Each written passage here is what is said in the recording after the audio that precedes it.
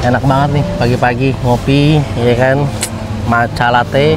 Gue bersama Andriono, si paling lari pagi. Nah, Paling running terus. Apa yang lo dapetin ketika lo running pagi-pagi? Udah berapa lama lo running kayak gitu? baru 6 bulan. Ada perubahan apa yang lo dapetin ketika lo rutin untuk running gitu, bro?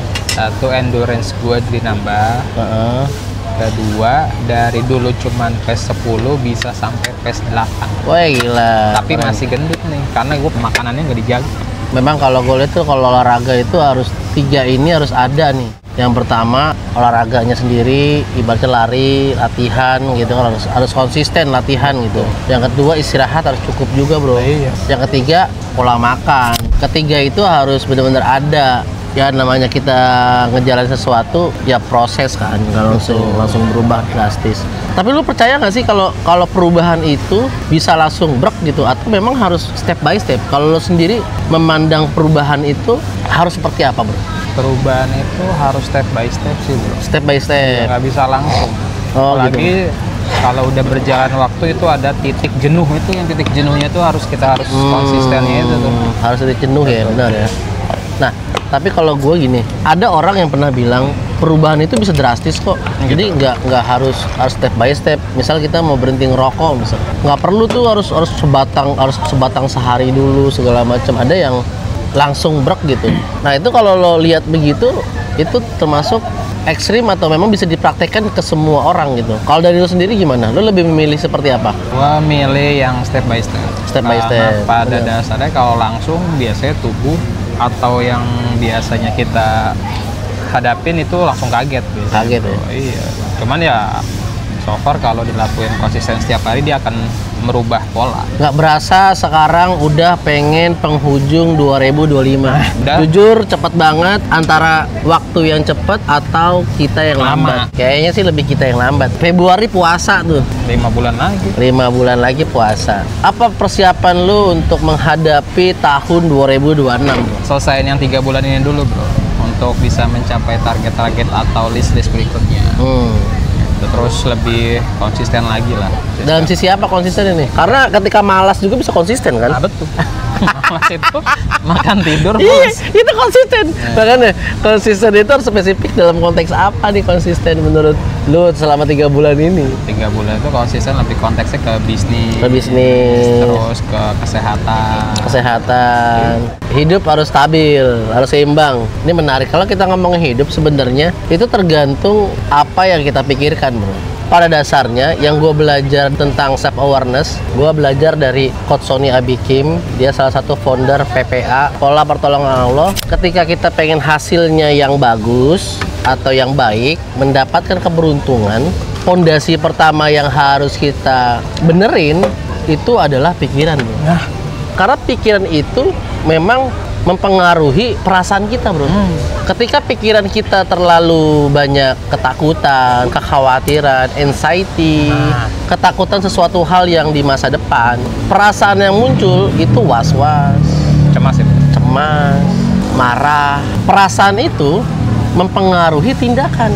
Nah, ketika kita dalam kondisi cemas, ketakutan, was-was, level yang paling parahnya dia bingung. Ketika bangun tidur, perasaan itu was-was, takut. Tapi dia pas saat buka laptop atau dia mau mencari peluang, aduh, harus ngapain ya? Harus ngapain? Dan akhirnya apa? Ketika tindakan itu salah, hasilnya akan salah. Dia malah memilih tindakan yang menurut dia, kalau kayak gini gue kaburnya dari masalah. Dengan cara apa? Rebahan, nonton.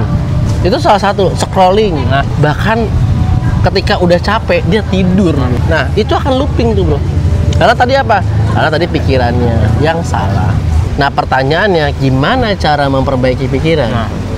Mau tahu nggak caranya? Mau dong. Nah, dari Coach Sony itu pada saat materi ini tuh kita dikasih tugas, bro. Dikasih tugas bahwasannya kita ada pertanyaan ketika kita muncul tadi, tanyain sama diri kita. Dalam konteks apa nih? Dalam konteks menjemput rezeki misalnya. Perasaan apa yang muncul? Lo tanya, lo list. Kita list tuh, takut, khawatir, bingung. Ketika perasaan itu muncul, lo tanya, gue takut itu pikiran apa yang muncul ya? Karena sebelumnya perasaan itu kan pikiran. Ketika ada pikiran itu, pikiran up to date, belum nggak up to date. Misalnya digital marketing udah berubah segala macam. lu buatlah pikiran baru. Nggak apa-apa, gua nggak tahu. Gua saat ini belum up to date, tapi gua akan coba terus belajar. Dulu pun juga sama kok, ketika zaman dulu gua punya amanah dan gua nggak langsung pinter, gua belajar dulu. Sambil belajar akhir-akhirnya bisa. Lu munculin pikiran-pikiran baru. Misal ketakutan dalam konteks rezeki. Takut nih gua, anak gua gimana ya kayak gini, nanti sekolahnya gimana ya. Nah itu kan pikiran tuh. Betul. Nah kita rubah. Ya udah, yang penting tugas gue setiap hari bangun pagi, gue ibadah, gue jemput rezeki, gue silaturahmi, gue melakukan sesuatu setiap hari itu. Yang penting 2, bermanfaat dan bermakna. Ketemu orang, niatin silaturahmi, ketika ada peluang, coba memang itu cocok kita ambil. Jadi tugas kita adalah hanya menikmati prosesnya. Urusan perihal hasil itu adalah di luar dari kontrol kita. Yang kita bisa kontrol adalah apa yang bisa kita nikmatin hari ini, detik ini, saat ini. Kayak ini nih, ini kan rezeki nih, ini rezeki. Iya betul. Iya kan rezeki, berarti kita nikmatin, kita syukurin. Misal gue minum matcha nih, ini matcha nih, gue minum. Alhamdulillah, itu bentuk syukur. Ya udah bersyukur aja. Ada lagi orang yang kedua, responnya misal minum matcha juga, sama di sini. Enakan yang di film matcha, bro. Nah, itu adalah pikiran yang salah. Karena kenapa? Saat ini kita lagi menikmati kopi ala Nako, kopi matcha ala Nako, tapi pikiran lo malah membandingkan ke tempat yang lain. Itu sama aja kufur nikmat. Itu tidak boleh. Kalau kita fokusnya adalah sesuatu kesyukur, itu sudah dijamin. Di Al-Quran pun ketika kita bersyukur maka akan aku tambah. Udah dijamin. Sekarang gini, ketika kita ketemu gubernur, Pak Andri, tenang, udah masa depan Pak Andri itu kita jamin. Lu percaya nggak? Pasti percaya. Itu gubernur manusia, ini Allah. Gila kali. Udah percaya aja, yakin gitu. Berarti kita harus yakin. Dan itu memang benar-benar sabar, menikmati damai, proses damai. Karena memang yang kita butuhkan saat ini tenang, bukan senang. Tenang tuh mahal ya? Tenang itu mahal. Banyak kok orang di luar sana tuh duitnya banyak, segala macam, tapi nggak tenang, was-was, takut ini, takut itu. Ya udah nikmatin aja. Kayak gini kita kopi pagi nih. Ini bersyukur karena banyak orang jam segini itu di depan komputer, habis diomelin sama bosnya. Kita alhamdulillah ya Allah. Saya duduk bisa ngopi jam 10 kurang ya. Jadi temanya itu bersyukur. Bersyukur. Ketika kita bersyukur, bahkan ditambah. Nikmatin prosesnya, karena tugas kita itu adalah menikmati prosesnya. Evaluasi jauh lebih baik setiap hari. Banyak metode-metode yang bisa kita lakukan sebelum tidur dan bangun tidur. Kayak gue dengerin disuruh bikin jurnal syukur segala macam. Apakah gue lakukan? Gue konteksnya yang penting syukurnya. Tapi caranya berbeda-beda dong. Gue dengan cara apa? Sebat sebelum tidur. Intinya kan gue ngambil di syukurnya. Kalau jurnal kan itu teknisnya aja. Gue rekam suara. Zona bersyukur sebelum tidur. Iya, karena lakukan dengan cara senyaman, nggak perlu ikutin orang lain. Nah ini yang jadi salah tentang produktivitas. Sekarang gue tanya deh, definisi produktivitas menurut lo? Produktivitas itu yang udah di list, jadi kita lebih banyak ngerjain lah. Ketika kita salah mendefinisikan sama produktivitas, yang kita lakukan setiap hari akan keliru juga, Pak. Nah itu gue sama belajar juga di modulnya tentang produktivitas dari Mas Sony Abikin. Kesalahan orang kalau kita ngomongin produktivitas, nggak ngapa-ngapain nggak produktif. Yang pertama, bener ya. Betul. Yang kedua adalah parameternya produktivitas itu orang lain. Dia tuh gini. Nah, ngebandinginnya ke orang lain. Itu kesalahan kedua. Kesalahan ketiga, dia tidak benar-benar hadir utuh dalam menjalani setiap aktivitas. Lagi ngejalanin apa, mikirnya kemana. Lagi ngobrol sama orang, sibuknya malah mikirin kantor, main handphone, ya kan? Padahal lagi ngobrol sama orang nih, rame-rame sama temen-temennya. Jadi nggak utuh. Karena apa? Karena tadi dia salah mendefinisikan tentang produktivitas. Contoh, kalau kita masih punya produktivitas kayak tadi, ngerawat orang tua yang sedang sakit, produktif. Ya karena tadi kan kalau di awal tadi nggak produktif dong, kalau kerja banyak kerjaan, ya kan? Enggak ada kalau definisinya tadi, ya kan? Bener dong, nggak prioritas jadinya. Misal ada kerjaan, terus ada di orang tua lagi sakit, itu gue kerjaan dulu deh, kita baru orang tua. Ya kebanyakan kayak gitu. Dan karena apa tadi salah? Gue bilang tadi salah mendefinisikan tentang produktivitas. Nah, terus pertanyaannya gimana nih produktivitas yang tepat, yang benar dan tepat, yang benar. Nah, produktivitas yang tadinya gue salah mendefinisikan segala macam, gue dulu mendefinisikannya produktivitas itu adalah melakukan kerjaan yang ada hasilnya. Dan akhirnya gue perbaharui lagi definisi produktivitas yang akhirnya gue upgrade adalah melakukan sesuatu yang bermanfaat dan bermakna. Bermanfaat apa? Bermanfaat buat orang lain, bermanfaat buat diri gue, bermanfaat buat keluarga gua, bermakna untuk masa depan gua. Kita harus lebih luas lagi mendefinisikan tentang produktivitas, jangan mempersempit. Harus definisikan lagi ulang tentang produktivitas.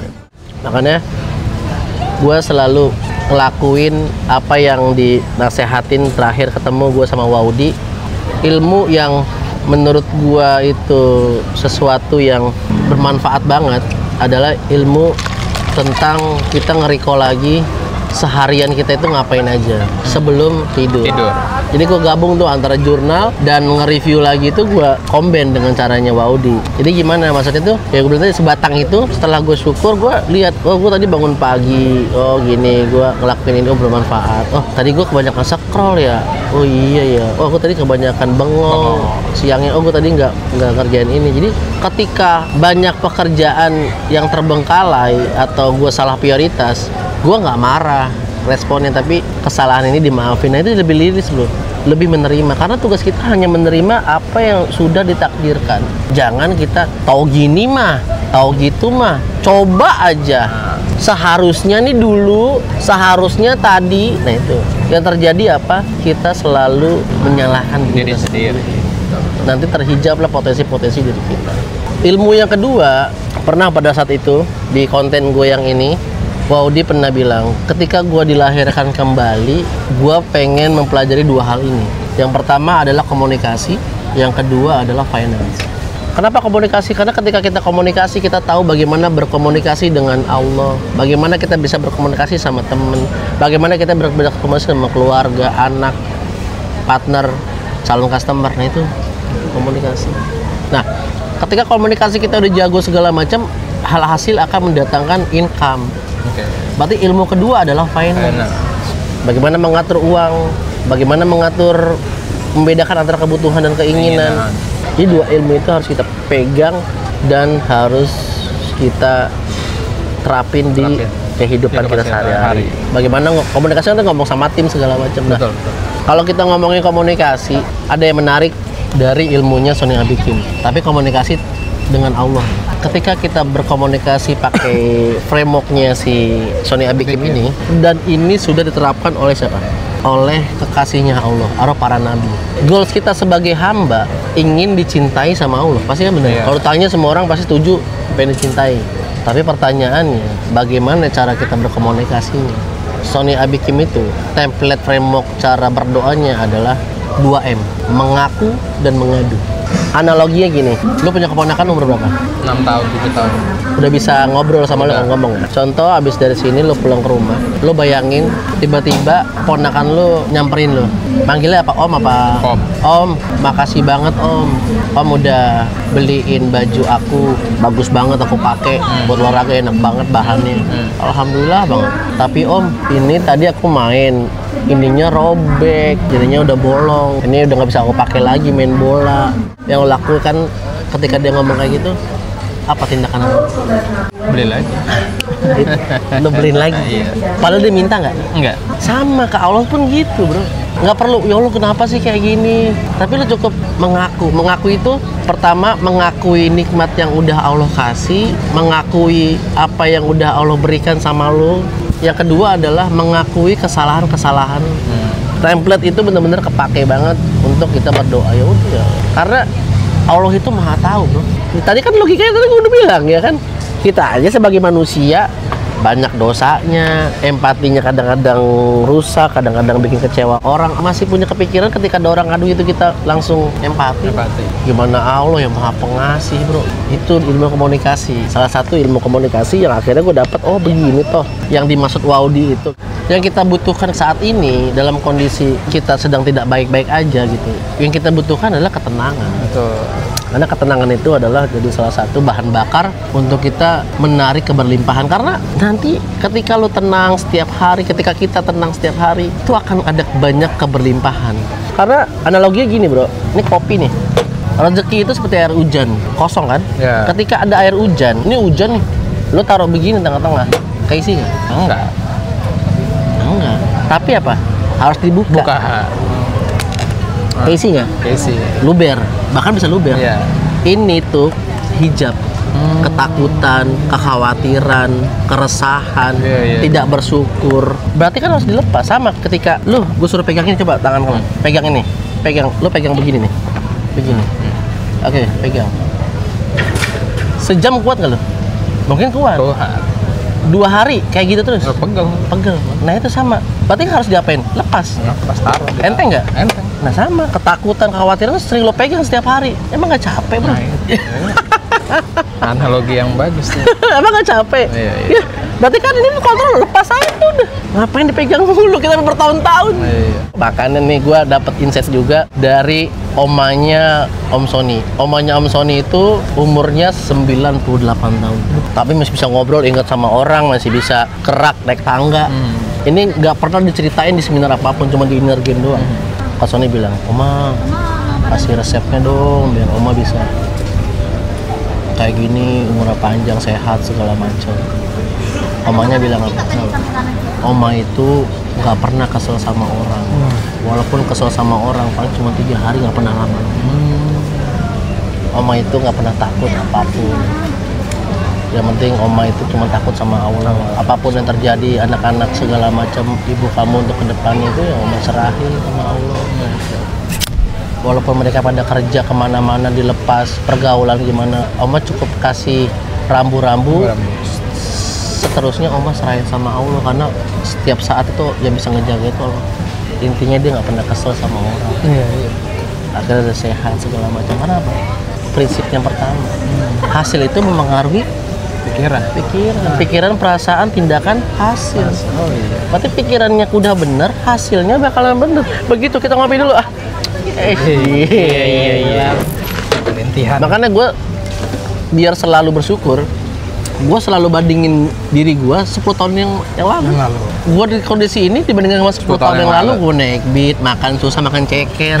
Makanya kemarin tuh gue langsung naik mobil tuh, gue langsung diem, ya Allah, bersyukur banget. Ini gue dulu kesini tuh mungkin dari rumah Mas Pria beli ceker ke McDonald, nggak jajan pun juga mikir-mikir pakai yang promo-promo tuh, beli ini gitu, nongkrong sama anak-anak. Ya Allah. Ini akhirnya gue nikmatin dari bersyukur. Jadi gue kerjain apa yang bisa gue kerjain. Jadi gue bersyukur lagi. Jadi ya kita nikmatin aja prosesnya. Kayak lo ke Banjar, lo punya tujuan ke Banjar, naik mobil. Kenapa lo bisa nyampe ke Banjar? Karena ada tujuan. Karena tujuan. Ketika prosesnya lo nikmatin nggak lika-likunya, lo dengerin musik, nah itu. Berarti kan tugasnya cuman kalau fokusnya ke tujuan doang, nggak jalan-jalan. Tapi lo nikmatin prosesnya, capek segala macam macet, apa lo cari kenikmatan apa lagi ya? Sama ngejalan kehidupan, lo punya tujuan apa? Ya udah nikmatin lah prosesnya. Jangan pernah lo bandingin diri lo sama orang lain.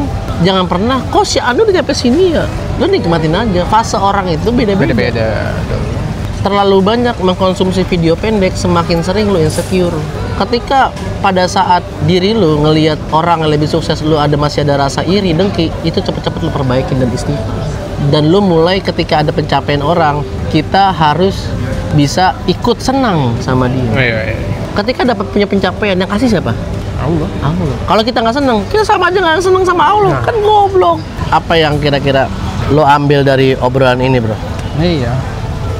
Dari obrolan kita tadi, kira-kira apa yang bisa harus dirubah mindsetnya, pikirannya, karena pikiran mempengaruhi perasaan mempengaruhi tindakan dan menjadi hasil.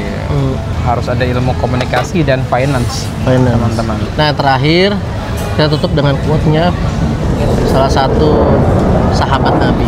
Gue lupa siapa, tapi antara gue lupa, nanti akan gue cantumin di situ, antara Umar bin Khattab atau sahabat Ali. Beliau bilang, apa-apa yang sudah memang bukan takdirku, ya dia akan lewat begitu aja gitu. Tapi kalau memang itu sudah takdir kita, dia nggak akan melewati kita. Ya walaupun itu di depan mata, tapi bukan takdir kita, ya udah nggak bakal dapet. Tapi walaupun itu jauh di Papua, tahu takdir kita bakal dapet. Nah itu tenang aja, dan memang harus kita terapkan setiap hari itu dengan framework yang namanya sajadah. Sadar, jeda, pilih. Nah, ketika ada sesuatu hal setiap hari atau lo punya tujuan ternyata nggak sampai tujuan itu, ya lo harus sadar dan lo harus terima.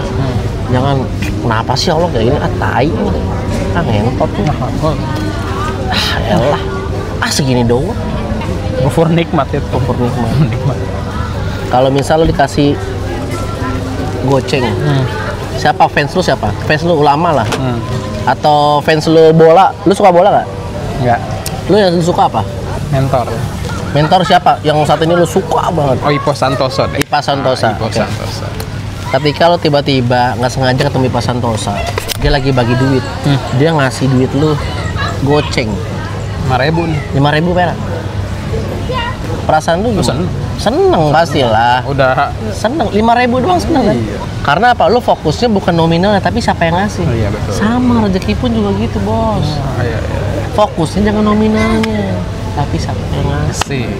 Sure. Kalau lu siapa yang ngasih, mau sekecil apapun lu bersyukur. Udah. Iya. Allah, ya Allah, makasih ya Allah. Tapi di rumah ini nggak ada beras ya Allah kalau segini. Ya, tapi kalau memang ini akan saya cukupin, selalu saya bersyukur. Iya. Nah, ini cuma dari sini, alhamdulillah Allah ngasih. Nah, memang kan ilmu ini harus vibrasi sama istri. Harus sinkron. Kita sadar. Habis itu jeda kita berdoa. Jangan berdoa, mengadu dan tadi apa? Mengaku dan mengadu.